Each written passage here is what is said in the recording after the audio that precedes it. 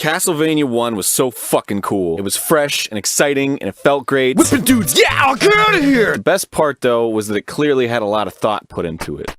For better or for worse. See, the thing you gotta realize about games in the NES days is that lastability was even then a big issue. Games were anywhere from 30 to 60 bucks, and that shit's steep. You couldn't pay for that shit with your fucking lunch money. The NES cartridge didn't have a lot of space, so developers had to mind their limits, but also try to make a game that lasts a long time, so people felt like they got their fortune's worth. The easy out at the time was making a game that was frustratingly hard. Whoa, shit! Most of the time it was in cheap ways. Castlevania took it a step further in the right direction. Somehow, at the beginning of the video game era, these guys knew what game design really was. They employed a lot of misdirection in order to create a difficulty level that was out of this world. The idea was that most kids just kind of plow through a game. If you did that in Castlevania, though, you got your balls rocked. Oh god! They planned everything around the path you would take if you just ran right through. Castlevania's level and enemy placement required you to stop and think for a second. Be careful and mind your surroundings. It made you take in the level design and quickly find an effective way to beat it. Or you could just die. And, despite being this great vampire hunter, your whip had like this delay on it. This was intentional. Jumping didn't have a delay, but your whip took a second to fire up. This added this huge level of depth to strategizing your attack, and it made plowing through enemies that much more of a non-option. In a way, it was kind of like a metaphor for being in an actual scary situation. You wouldn't just rush in like nothing mattered, throwing your fucking life away. You would stop nervously and assess the situation before slowly and carefully approaching danger. It was fucking great, and it felt smart and complex, and it was an instant classic. Yeah! And then they made a second one. So I know the angry video game nerd made a video about Castlevania 2 Simon's Quest, and I love him and that video, but I don't give a fuck! So here's what they did right in Castlevania 2. Number 1! Game feel! So, Castlevania 1 and 2 employed the same basic elements.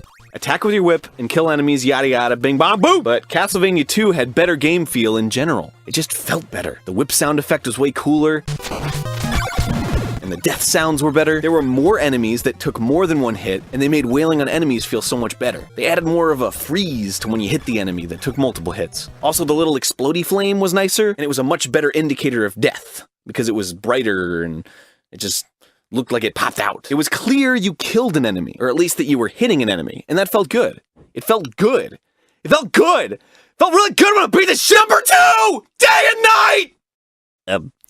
Are you being serious? Yes, I'm serious. Come on, you're kidding. I'm serious! Look, okay, I know you've all seen the AVGN review, and he complained so much about that shit. Yeah, okay, maybe the little prompt was kind of tedious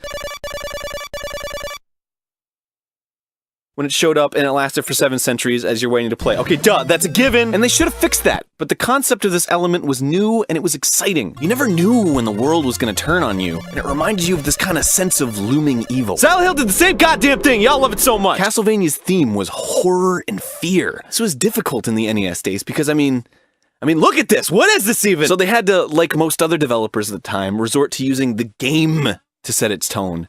Can you believe it? How do you make a game that looks like this? Or this! Scary. For Simon's Quest, it involved making the player feel helpless somehow, afraid of something bigger that he can't explain or control standing in his way. This shit was scary, or at least unnerving. And it was especially scary when you were low on health in the middle of a long stretch and you're like, please don't let there be a curse, please don't let there be a curse, please don't let there be a curse.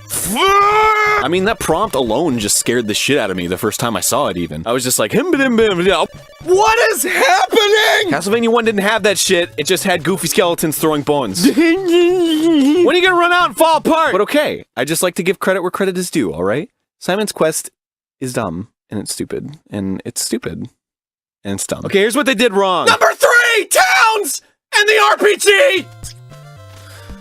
The towns were dumb and boring and had nothing to do with hitting things with your whip. Okay, so this game added RPG elements where you had to buy upgrades from a store. Hearts that you collected from enemies instead of being your ammo for your alt weapon, which was the bomb, by the way. Instead are money to buy upgrades and other necessary objects for completing the game. So instantly this becomes farming, and instantly this becomes pointless and dumb. These kinds of things were meant to elongate a game. They're made to manipulate you into thinking you're achieving something more than you're actually achieving. What? Huh?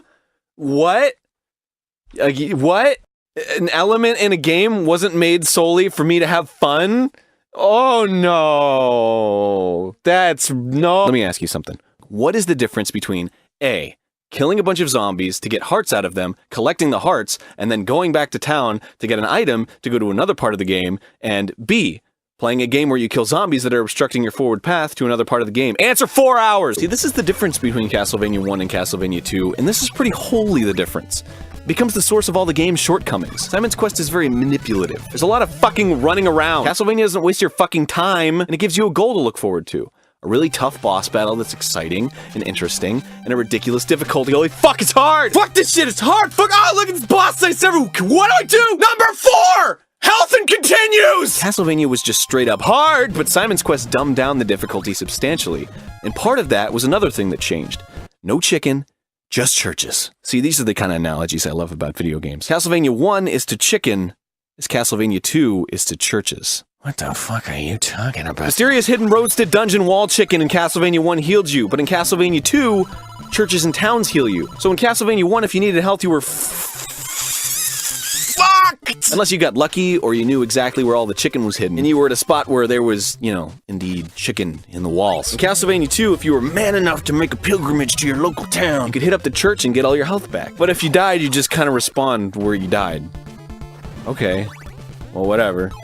But hey, if you fucking lose all your life, you have to continue, which still spawns you exactly where you died, but you lose all your hearts. So if you're headed to buy some super important item that you need to advance, and you have to continue, then you gotta fucking grind more hearts out of enemies and waste more of your fucking time. And wandering back to a town that's a bazillion miles away to get your health back wastes your fucking time. I hope you see where I'm coming from so I don't have to keep wasting my fucking time explaining it. Either of these things could have been toned down by making health drops or just even keeping the fucking wall chicken around. I don't know. The point is they're wasting your time for no fucking reason. Number 5! The palette! Okay, I don't know about you, but the first thing that struck me about Simon's Quest when I first started it up was how boring Simon looked. Makes me wanna fall asleep. Whoa, look at that orange! Castlevania 1, he popped out, bzam! But all of the level palettes incorporated orange in some way, and often incorporated shades of blue, which is orange's complement, aka it makes orange pop out. It made everything really pop in general, and the game felt alive. In Simon's Quest, Simon got this dull black outline with red dark tunic. Snore! Stages often incorporated very dull, washed-over color combinations and rarely added any splashes of color and small details like Castlevania 1 did. To its credit, Simon's Quest incorporated a lot of green, red's complement, but it was all muddy and mostly stayed in kind of this safe dark palette and never deviated too far into the brighter shades, like Castlevania dared to do. Overall, it felt boring and it had no soul or character. All the levels kind of just bled together into one big dark gray mess, which kind of reflects the entire game really. Whoops, did I just say that out loud? Towns were without a doubt the worst culprit of bad palette choices. An entire town was all one flat, uninteresting color. Go indoors. It's all blue. Go outside. It's all red. Night comes and it's all dark blue. I mean, seriously. I know the NES has a limited palette, but come on, give me some contrasting colors. Give me some complement. Give me something interesting to explore and look at. Number 6! Stupid enemy shit! So, as I mentioned before, Castlevania 1 has genius enemy placement, and it was wicked memorable, and it gave you the sense that the game was thought out, and it was just so hard. Like, yeah, okay, it was all possible, but it wasn't like the controls were bad. You just had to strategize your jumps and attack at the right time, but holy fuck, it was so goddamn hard. It was so hard, dude! It was frustrating, and it would put you in a shitty mood because you keep fucking dying, and dying, and dying. When you beat it, though, it was super triumphant, but it made you, like, even more stressed out for what was to come. God damn it! Anyway, sorry. So basically, Castlevania 1 is the perfect example of the advantage of linear gameplay. You can plan around one scenario. The player is coming in from one direction in any situation, and you can plan enemy and level placement accordingly. You can really give the player a tight, consistent experience that they'll remember forever. But look, in Simon's Quest, like, the enemies were in places that were just asking to die. Like, check out this part where I'm just naturally jumping and swinging and I'm landing hits on every enemy without a second thought. Look at that! Castlevania did like the opposite of this, especially with shit like the Medusa head. The problem here is that Simon's Quest is way too open-ended. Stuff is all scattered everywhere and it's easy to miss things, so you're gonna be doing a lot of back and forth through the same areas you've been through over and over and fucking over. I'm sick of these fucking blobs! Ah! They're back! So with that in mind, the developers realized they can't have these complicated, ridiculous enemy layouts in the game because nobody's gonna backtrack through this. I mean, even in the mansions, they expect you to backtrack out of them. The one place you would think the enemies would be planned out really well. It's just like they didn't really want to put any effort into it to begin with. So with all this cookie-cutter enemy placement, why did they even keep the sloppy whip controls? It still has a ridiculous delay, and it still freezes you in place when you're standing still. If the point of the enemy placement now is to be able to dispatch them all pretty quickly when you're backtracking, why is it still slow as fuck? You really start to feel the effects of the clunky movement when the game isn't planned around it anymore. And that's really the ultimate key to all this. Castlevania feels well thought out. It feels planned and complete. But Castlevania 2 just feels like a fucking mess. Number 7! The bosses! Okay, this is kind of a personal point, but it was a little underwhelming to not encounter bosses in all the mansions. When they finally did show up, like 50 hours into the game, you were pretty decked out with awesome shit, and you could just fucking destroy them in a second. Castlevania 1 had neat bosses at the end of every stage, and it was wicked. It had like this build-up and this payoff when it restored all your health and you advanced to the next crazy stage that was all different and had different music and everything. You felt like you were accomplishing something. You felt like you were going somewhere. Number 8! Where do I fucking go? This is probably the most common complaint, and it is a huge glaring issue. Simon's Quest is so convoluted, it's a wonder I could even finish it with a fucking walkthrough. So you can talk to townsfolk and they'll tell you shit. First of all, there's way too much shit. Way too much shit. So right away the villagers start telling you like 70 things at once, and how the fuck are you supposed to remember every little detail? So get out a pen and paper and start fucking writing that shit. When do I stop? But nothing they say is helpful.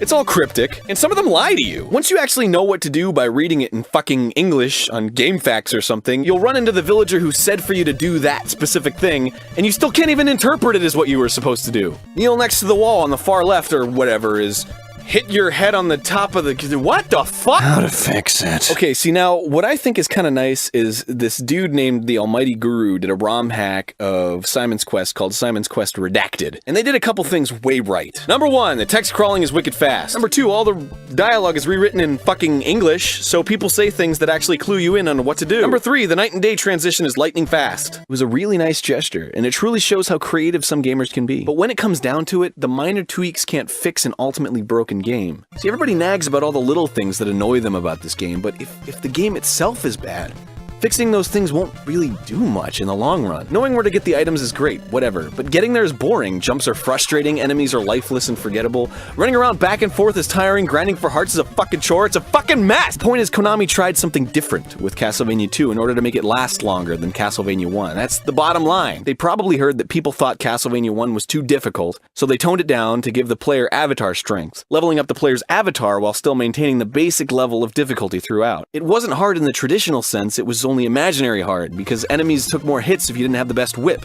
and dispatching more resilient enemies wasn't really a challenge, it just took longer. What was truly hard was avoiding Medusas and axes and still being in the range of the night guy to lay some hits on him, and fuck! See, he took a lot of hits, but you weren't just standing there wailing on him, you were surviving this onslaught of constant shit, and every extra hit he took had serious implications and consequences for you as a player. Yes! Oh man, another one! The epilogue! Castlevania 2's cheap lastability is easily identifiable because it falls flat in so many areas, aka it sucks! But the more recent Castlevanias have been using the exact same tactics that I've been complaining about. There's a lot of running around, you level up your strength, you have to get items in order to advance forwards, but these games get unreal praise. Why is that? It would be because they use design choices that complement all of this shitty boringness. Leveling up feels good because all those sparkly sounds and colors. It feels good to hit enemies. The hit sparks and sound effects are all really exciting. Moving around is fast and jumping on stuff is fun. You get a lot of power-ups that change how the game is played a little bit at a time. You get a lot of small rewards frequently. It's just very fast-paced. It feels very conducive to mindlessly running around because you aren't constantly hindered by this choppy platforming and slow whipping. But are you getting anything out of it any more than you are when playing Simon's Quest with like a walkthrough? Do you feel like you're legitimately beating a hard boss or enemy by grinding for a while and getting the best sword and then wailing on him until he falls? Are you getting any sense of genuine satisfaction from having to run back and forth through places you've already been in order to get something that allows you to advance forward more easily? Or do you still feel the most satisfied when you use your wicked cunning to get around these super perilous obstacles? I mean, it's kind of like comparing a snack food to high-class dessert. You can just chomp away mindlessly at snacks because that's how they're made. They're addictive by nature. They just make you reach for more even if you don't really want more. But a high-class dessert takes some slowing down. It demands that you take a moment to really enjoy how complex and satisfying it is. In the end, you'll always think more highly of the high-class dessert because it gave you a feeling of true satisfaction. It's not designed to go on forever, it was designed to finish off a meal. Maybe it was so good you wanted more. But what you had was delicious, and you're glad you had it. Or you could just be a fucking pig and eat it all.